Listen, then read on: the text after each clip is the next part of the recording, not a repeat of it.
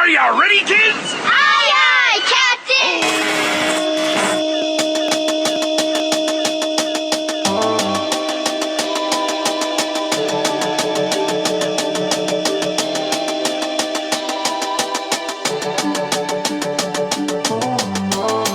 So in the state of California, I want to say there's 72 fairs across the state. You know, we're all waiting for that funnel cake to come back. But I've always wanted a little goat. And that was their sole purpose, was to promote agriculture. Patience is important. The other big shock for me was the first time I experienced a haboob. Focus on the 90% of the people who you're making happy. Wow, that sounded great. Hey, welcome to Valley Vibes. I'm Dr. Tom Tacky. I'm the executive producer of Valley Vibes, the creator and executive producer of Valley Vibes. And today we've got kind of a special segment here. It's all California Midwinter Fair. We've got Alan Phillips. You're the manager of the IV Fair? That's close enough. Works for me. Close enough. Okay. And so our Valley Vibes hosts, Dom, Felipe, and Evan are going to kind of talk with Alan about the fair and everything's happening. I mean, it's coming right up. So anyway, I'm going to get out of here and leave it to them. So I just want to start off by saying thank you so much for giving us some time to talk about like the fair, because I really don't know much about behind the scenes, but I'm there pretty much every year.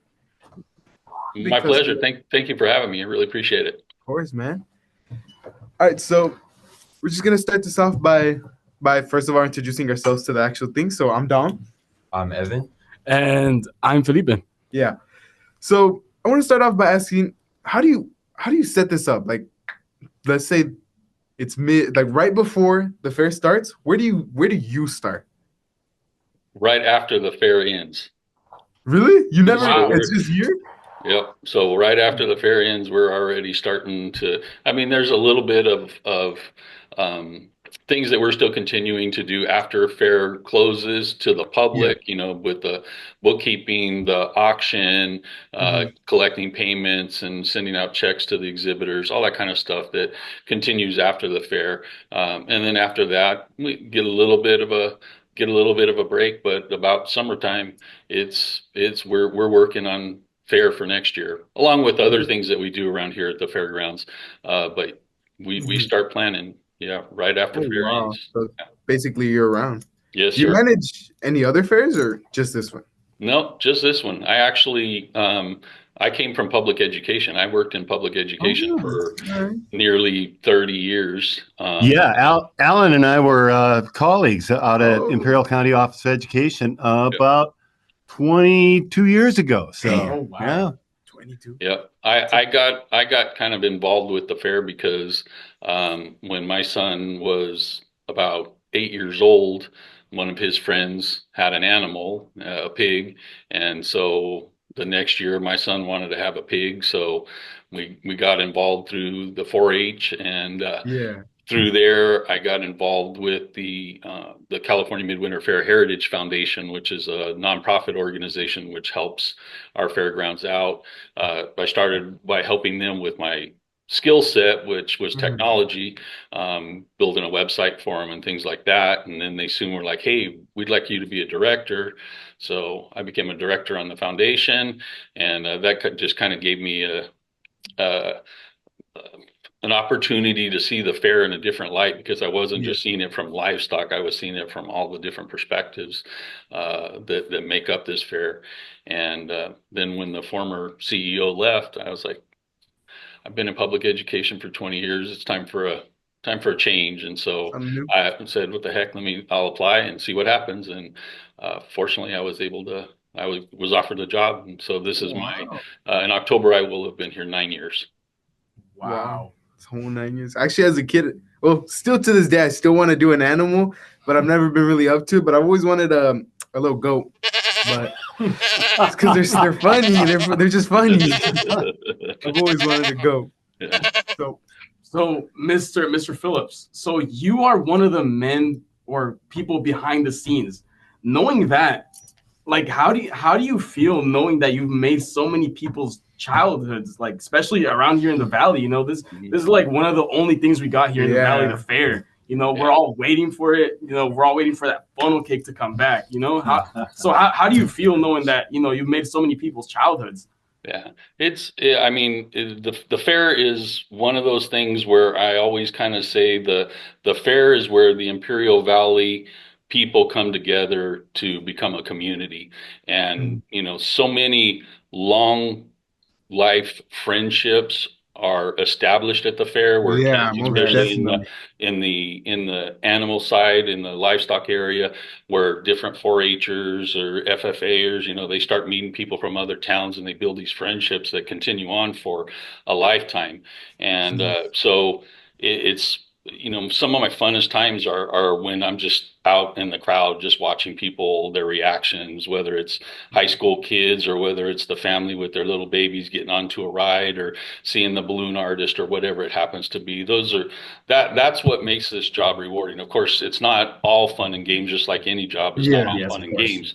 But certainly that is that's what makes the job fun and is fulfilling as a person to be able to say, yeah, I really do like this job.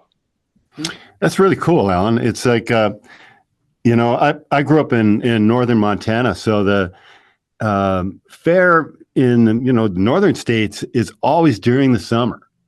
So it's when I moved down here to I originally moved to Yuma and then came over here. Both those fairs are right in the middle of the winter. It's during school time, and it is different from that way. I mean, in the summertime, you've got kids going, knowing that they're going to be going back to school. It's kind of like, Yeah. getting back together. How much did that kid grow this year?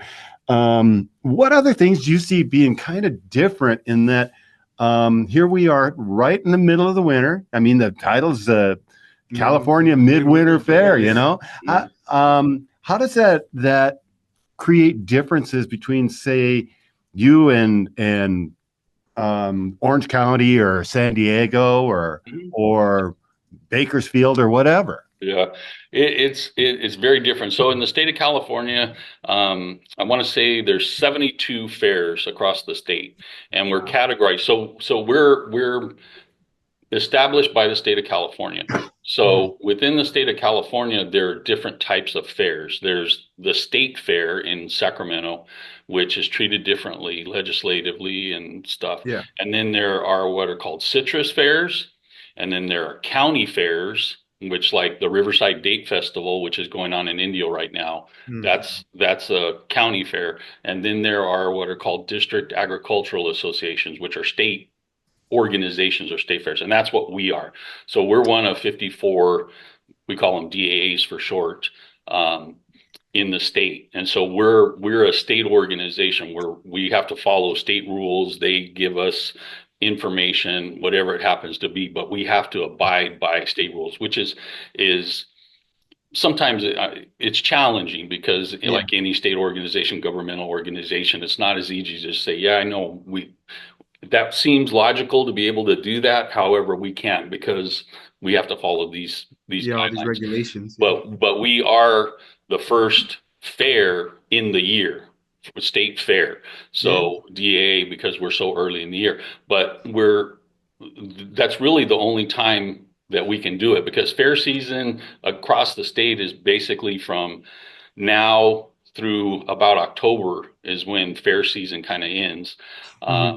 And so because of our weather, there really isn't a lot of time to be able to do something. It either has to be early in the year when it's, this time of the year, or, as we get into, we could probably do a couple months later, but, our fair, we always say during fair time, we always get 4 seasons of weather because it's always cold, it's hot, it's windy. Sometimes we get rain. So, we could, if we pushed it too far closer to the summer, our tendencies are going to be that it's going to be hot, and that's going to cause problems. Or then we get into October, November, which then it's, there's too many other things that are happening. So our window of opportunity there really isn't a lot of window of opportunity for us to be able to hold our fair. And then other things that go into the decisions of when fairs is because even though we are the fair kind of as the umbrella, the fair is really comprised of a lot of different components, independent businesses that help all come together as partners to make this event happen. So we try in the industry really to minimize overlapping each other, because a lot of these, let's say our carnival, for instance, we're the first carnival, our carnival company, Helm, this is their first fair of the year or first event of the year. And then from there, then they travel to a different fair. They're going to be going to Yuma next, and then they'll go to a different place and a different place and so on. And it's the same with all of the food concessionaires. They kind of have this little route that they will travel to. And so if fairs started competing for dates, then that's going to cause a big disruption in the industry about, okay, well, we had this carnival company and we want to change our dates, but they have this carnival or fair or event at this time. Now who's going to, we're going to be fighting and somebody's going to lose out. So who's going to have to chase another carnival company or, things like that. So it's kind of routine, I guess, in some ways. But it certainly is, I want to say sometimes it's challenging because we're early on, because a lot of stuff that happens within the state, the rules that we have to follow or guidelines and stuff like that really happen later in the year, which it's too late for us to implement because we're so early.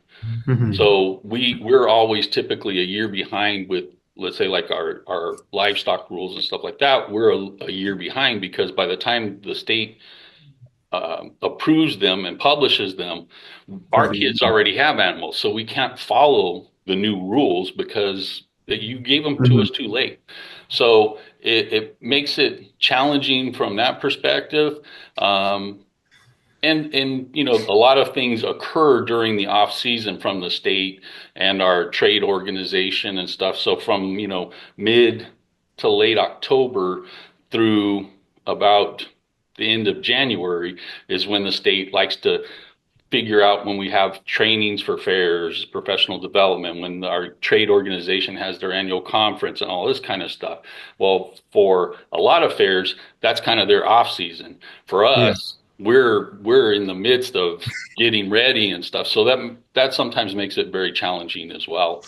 But one of the things that drew me to the fair industry was, like when I was in education, I always thought that the education community was a very sharing type of community where teachers, the administration, they really helped each other out. They didn't just say, here you go, this is what we need you to do, you're off and do what you need to do, you figure it out.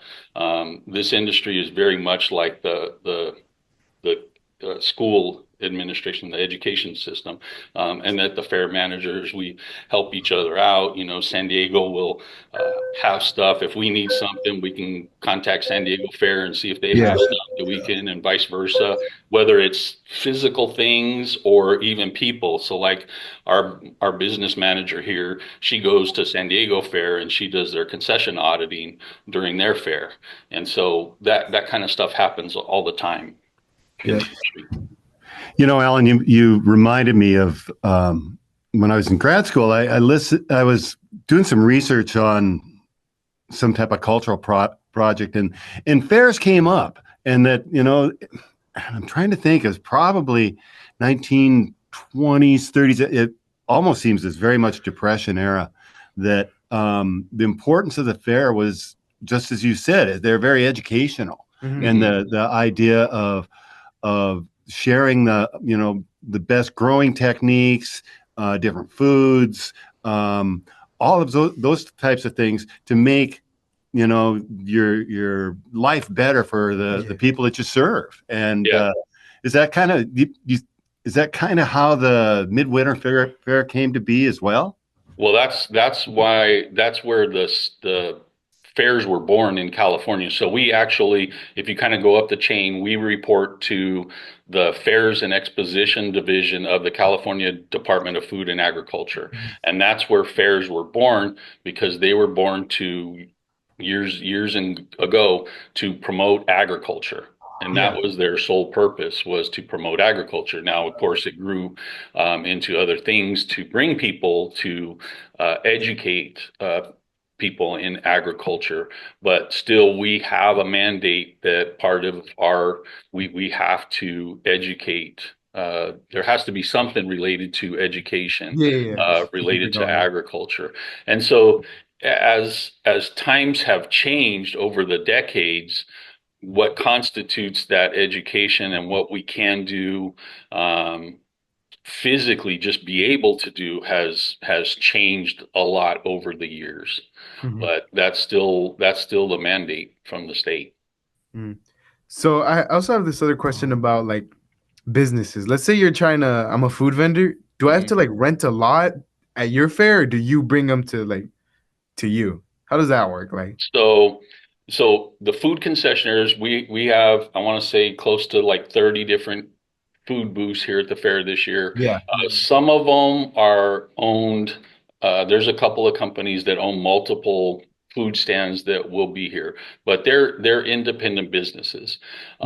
And so they take care of their trailer and all that kind of stuff. They apply to come to our fair.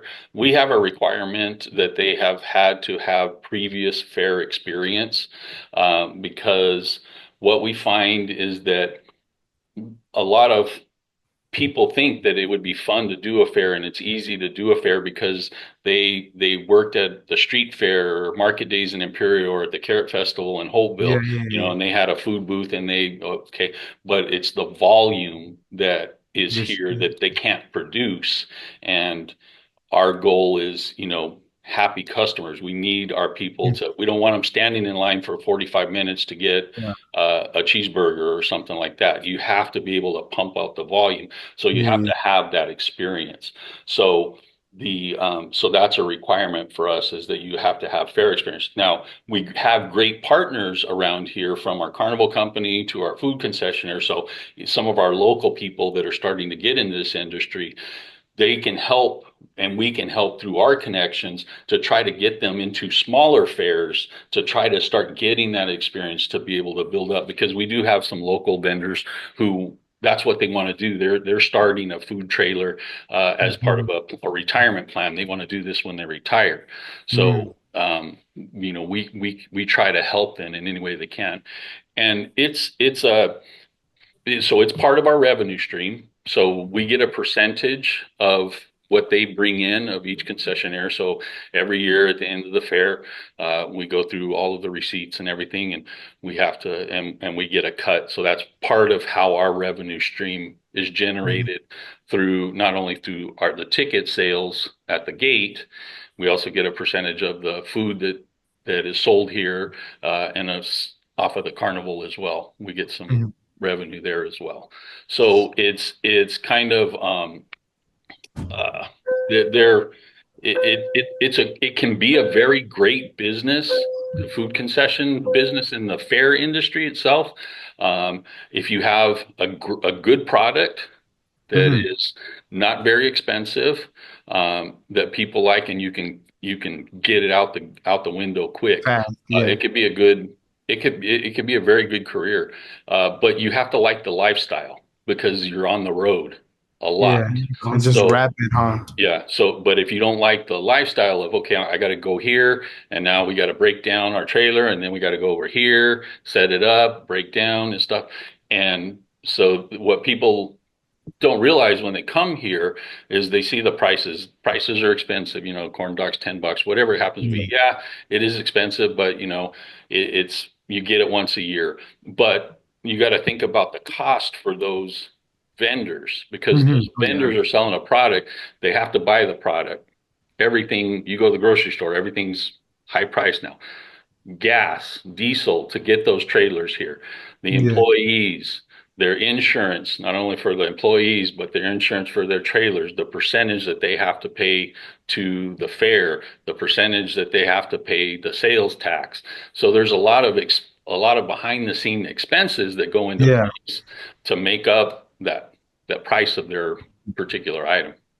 So, like for the cut that you guys take, is it the same for everybody, or does it differ for like what they are? All food vendors are the same.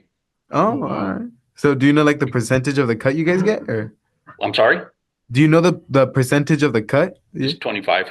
Oh, okay. Oh, wow. It's actually pretty good. Yeah.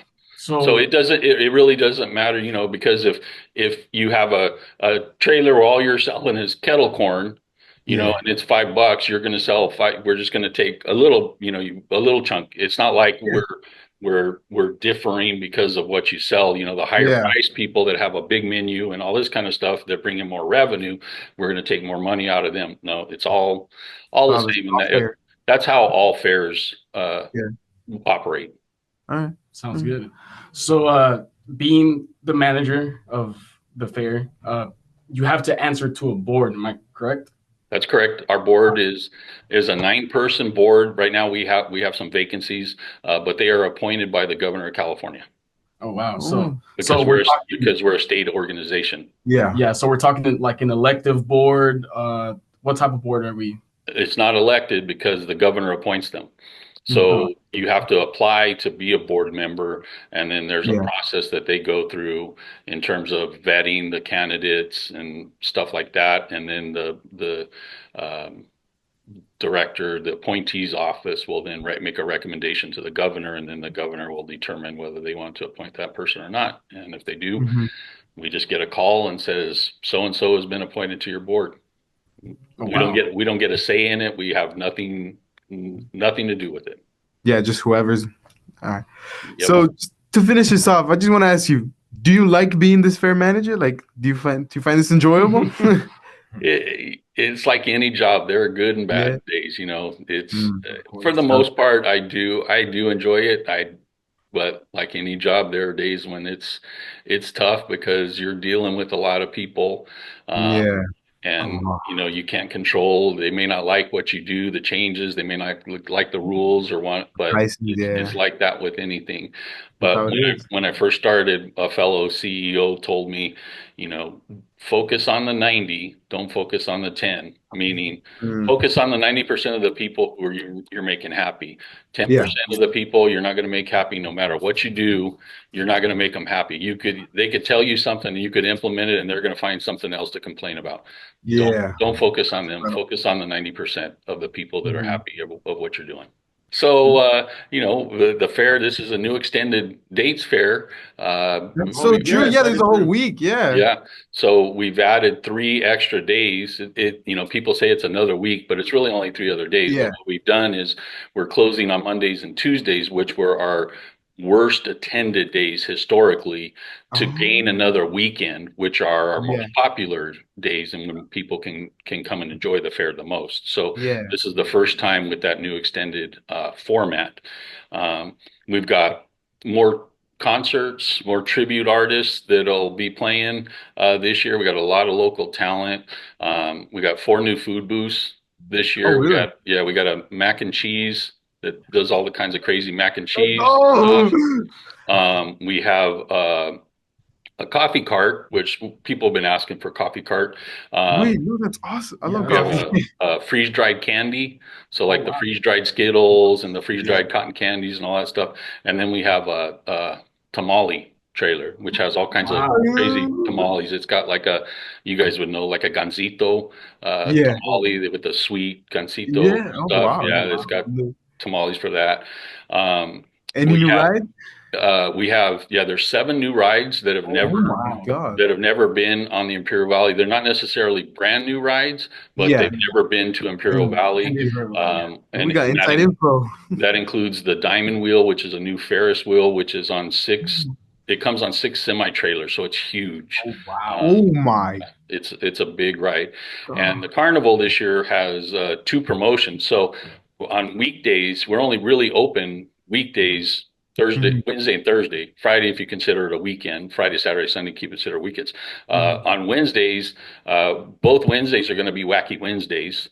So last year we had the Twisted Tuesday, but since we're closed on Tuesday, we changed it to Wacky Wednesday, which is you pay one price to get in, and once you're in, that includes all your carnival rides. So for $20, you get in the gate. You don't have to have a carnival wristband. You're in, you ride. Oh, that's fantastic. Yeah, that's great. It's gonna be the And food. then on Thursdays is BOGO Thursdays, buy one, get one. So all you have to do is buy a carnival wrist. You pay for entrance into the fair, but you buy a wristband, whether you buy it pre-sale or at the gate.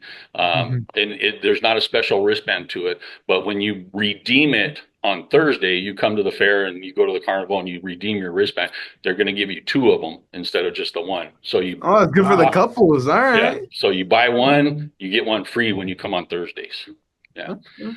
And then we have, some dirt events, racing. The Blue Angels will be here, meet and greet the Blue Angels on Thursday, the 13th. This will be the third year that they've done that, and that's really cool. And then, of course, the livestock programs, and the I can't wait for auction and that. stuff. So lots of great things are happening this year. We hope it's a very successful fair, and appreciate everybody's support, and come on down and have some fun. That sounds awesome. That sounds Actually, awesome. now that we talked about it, I'm actually really like. That's I'm more great. excited now. Yeah, four booths. Ooh. Yeah. I On can't wait. the one thing I forgot to mention on the carnival side, I said the 7 new rides, but what that equates to is there's 30% more seats at one given time. So if you were to take last year, all the rides that were here, and you filled every seat at the same time, and you counted how many people, well, this year increased that by 30%, and that's how many more people could be riding at the same time. So Wow. on those Wacky Wednesdays and things like that, patience is important, because they are popular, but they were very successful, and we hope that continues. Sounds like it's gonna be very successful this year. I'm like mad excited. Well, thank you so much for like telling us about this year. Yeah, you're Very welcome. exciting. Thank you. All right, Alan. Thank you. Thank you. Thank you. Wow, we're all looking forward to going to the fair now. In our next segment, a new member of the Central Union High School art faculty will join me to talk about teaching art at Central. It's a fun segment, and I hope you enjoy it. Good morning. Welcome to Valley Vibes. I'm Dr. Tom Tackey, the creator and executive producer of Spartan Sound Productions and Valley Vibes. And today we have the pleasure of having Vincent Higgins joining us. And Vincent has recently joined the Central Union High School faculty as one of the art teachers. So, Vince, welcome to Valley Vibes. We're happy you're here. Tell us a little bit about, where you're at, how you got here, and stuff like that. And we'll just have a great conversation, okay? Sounds good. Well, thank you. It's a pleasure to be here and record with you. So originally, I grew up in Los Angeles, where I went to school, met my wife. About 2018, we had the opportunity to move to Yuma. My wife was going through a master's program. We ended up going to Yuma, and we lived there for about 5 years. And over the previous summer, the opportunity to apply for a teaching position in the same district near where my wife's family is from, which is Brawley, arose. And she had been going about through the 5 years of her teaching at San Pasqual, which is the school district out in the boonies there.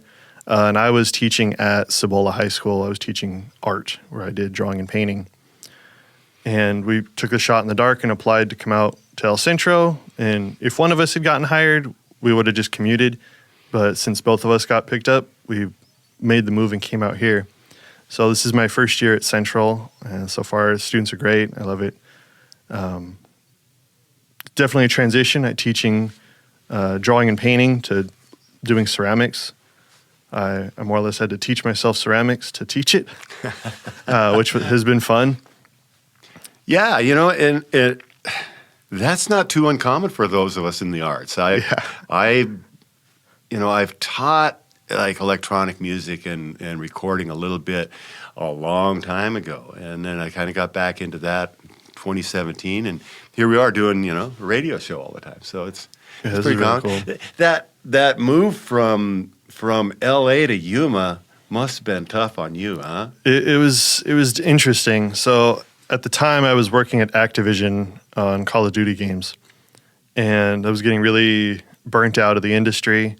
I did social media and bug reporting, so I'd gather data from the public through social media channels and report that to the studios, where they could then give us information we could relay to the public on, like, yeah, we're aware of these bugs, we're going to fix them, or hey, thanks for the info, we'll add it to our reports. I was getting really burnt out of that industry, and so the opportunity arose where my wife finished her program, or her master's program, and got the job offer. I was like, hey, we could move to Yuma, and pretty much starting over. I was ready to go. LA traffic had burnt me out. It took me an hour and a half one way to get to work, another hour and a half, 2 hours to get back. And you're not going that far. You're just going 20 miles down a LA freeway, but it's bumper to bumper traffic the entire way home. Burnt me out. Did that for 3 years. I just couldn't do it anymore. So we moved out to Yuma, and there was definitely a culture shock. LA city boy going to rural Yuma, which is a lot more rural in Brawley where we live now. But Yeah, it is, really. adjusted to the driving down the street and driving your car around tractors I had never experienced before. The other big shock for me was the first time I experienced a haboob. The dust storms, it looked like a wall of fog, but orange. And driving through it, it was like I was in the movie Dune, like insane. My wife got caught in that haboob between Yuma and here a 3 years ago, and honestly, we're still taking sand out of the mirrors. It's nuts what those are like, but yeah. So you joined us this year, and like you said, you're teaching ceramics. Our former teacher, Becky Taylor, had really kind of built up that ceramics program. I mean, that was her passion and love. But how have you found the support for the arts here? As a art teacher, how are you feeling in terms of being welcomed or being an integral part of the school? Well, I knew it was a good sign when I started to use the kilns that I was like, uh-oh. Becky had warned me of the kiln, and I couldn't get it to get above 700 degrees one of the days, and was like, hey, what's up with these? Why aren't they working? She's like, oh, well, we started these repairs. We started the process a couple of years ago. You might be able to get it finished. And so I was really happy when I reached out to the school. They're like, yeah, we'll move that ball forward more. And so the results were they actually replaced all the parts in my gas kiln, which told me that they value the ceramics program and were willing to invest in it because it's not cheap. It was, I don't know how many thousands of dollars it was just to replace ship the parts, install the parts in labor, and purchase all the parts. It took a few months, but we got it all replaced. And then they found out other issues along the way of like the gas piping. They didn't have to replace it. They could have just said deal with it, but they replaced it all. So I'm very happy with how they've supported me with replacing those hardware parts and more or less, honestly, just kind of staying out of the way and letting me teach without putting their hands in, saying you have to do this, you have to do that. Now, with respect to like other things, like you always teach to the standards and like the content stuff that they want, but they're not saying I have to teach this exact thing in this certain way, which I think other subjects kind of get bogged down in, which like in art, I feel like we're free to teach the content we want just to the standards they need you to teach to. And I agree. I think that, they have been, as long as we're producing, the students are doing good stuff. Yeah. they do kind of stay out of the way to allow us to be creative. And I think that's important. Otherwise, if we're just totally locked in, you're going to get those totally locked in products too. Yeah. That's a nice picture for the refrigerator, Exactly. But,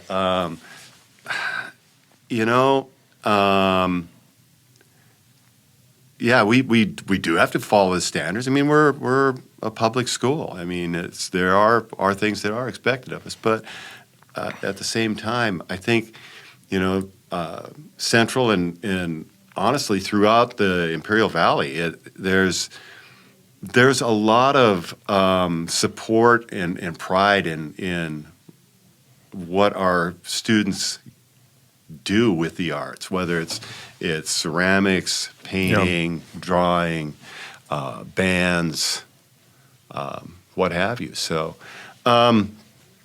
if you reflect back to your high school years, how are art classes different now than they were when you were in high school? Say, when was that? Not that long ago. I graduated in 2009. Okay. When I was in high school, I remember my intro art class being very regimented and cookie cutter. We would get a module, and you're just going through the module, and you have like the exact way you're doing it, and then there's an exact formula for how you like demonstrate your knowledge acquisition. And you either did it or you didn't. And there was a lot of kids that would get F's and D's in my art teacher's class because they wouldn't demonstrate the exact skill she was trying to tell you and teach you. I tend to take a slightly different approach on like time invested, and like some students are really proficient at it while others take a long time. But I feel like if they both spend 10 hours on a project, that deserves a decent score. So I feel like it's definitely, I at least have chosen to not do that in that exact way I learned. But one thing I really like about art, maybe as opposed to some other subjects, when, for example, if you go up to someone in a calc class, tell me what you learned. They're going to go, how to calculate this thing. But if you ask someone in art, show me what you learned, they could draw you something right then and there. Or they can take this vase they made in ceramics and go, I made that. And so personally, I love art because it's all very tangible learning. Right. Like you're learning how to make something that I don't remember any of the math I did in high school. That's not throwing shade. I just don't. The kids will ask me, how do you do this algebra? I know I took algebra. I don't remember how to do it. But I could show you how to draw the human figure in 5 minutes, or how to draw a nose, or paint something in a certain style or way. How to do what is chiaroscuro, things like that, balance and contrast. I could do it, show you, and it's all tangible. And so I think that's why teaching art is the dream job. And I agree. I think in addition to giving those students that creative outlet, the fact that they actually finish a project, that you have that closure and you have that thing that, like you said, is tangible, that is huge. Because I think in most of our classes, you don't really see what the end result truly is. Sure, with a well-written essay or something, yeah, it's there, but we're just a little different in that way. I think it's huge. You made me think about when I was in junior high that I had had mechanical drawing classes. Oh, cool. And our first semester was 2-dimensional, and then the third was 3-dimensional. And that particular teacher was extremely demanding about how we did it. And, you used a number 6 pencil for certain things, and then you had to finish it up with the number 2s. And you better not have any little hangnail on your corners, or you're getting 5 points off. And but what I think we learned from him more than anything was, to strive for high quality and a certain level of perfection, and then when that flowed into what we did in high school, it was the art classes were more like what I think you're talking about, how you do things here. Yeah. We had an extremely good art teacher that had a lot of things that we could, kind of specialize in and stuff. But anyway, we're glad you're here. I think it's. Thank you. I like what I'm. You and I share a lot of the same students, and clearly they enjoy having the classes with you and all. So yeah, they're great. And before we started this recording, you were telling me a little bit about you've got a little prior podcasting experience. So what's that about? Very amateur indeed. So when I was at Whittier College, I worked at a comic book store in Uptown Whittier called Undercity Comics. And they would have a podcast there hosted by Renee, one of the guys I worked with and became friends with there. And he would usually host it. We'd record and talk about comics, nerd culture, movies, entertainment, things we're into. My buddy and I usually like to talk about the writing aspects. I really enjoy something that's well written, and just kind of delving into some of those topics and how they kind of applied to us and why we enjoyed them. So getting just the opportunity to talk about nerdy stuff just made my heart sing at the time. That's incredible. You just you made me think of something else, and I'm going to plug that into this in a moment or two. But I had a couple students 2 years ago that really got into doing audio recordings of comic books. Doing voiceovers. Interesting. And they're outstanding. And so when you and I are done talking here, we're going to segue right into that. So That's very cool. Anyway, you know what? Let's have a look at that audio comic book that you made me think of. And I think you're going to be amazed. This is something that maybe, down the road, I'd like to see some of my students doing some more of. And now that I know you're kind of into this, it might be a fantastic thing. So Yeah, let's I'm see what excited happens. to see it. This is Batman Nightfall. Feel so bad. I want to die. And now he's here in Wayne Manor. Bane, ready and willing to grant my wish. You know why? You could be no one else. This Bruce Wayne is nothing. Isn't that a but great mask, Bane voice? and Yeah, it's one wonderful. Which no longer serves any purpose. Although my mask still does. A direct feed to the helmet, straight into my brain and bloodstream, burning my veins with a very special potion. The Venom derivative. Venom, yes. You found some, no doubt. Pumped into the Riddler. And you are familiar. So, Yes. I was kind of floored at the level of creativity that these guys had. I'd had some students before this that had done some voiceover stuff of like audiobooks for children and things, and added a lot of sound effects and things, and they were outstanding. But this one, they went full in with, Yeah, I can see that. with trying to recreate. And I don't know that it plays well on the radio necessarily. You kind of have to have the visuals too. But, Yeah. Anyway, Well, they're doing a good job of at least the dialogue being well written.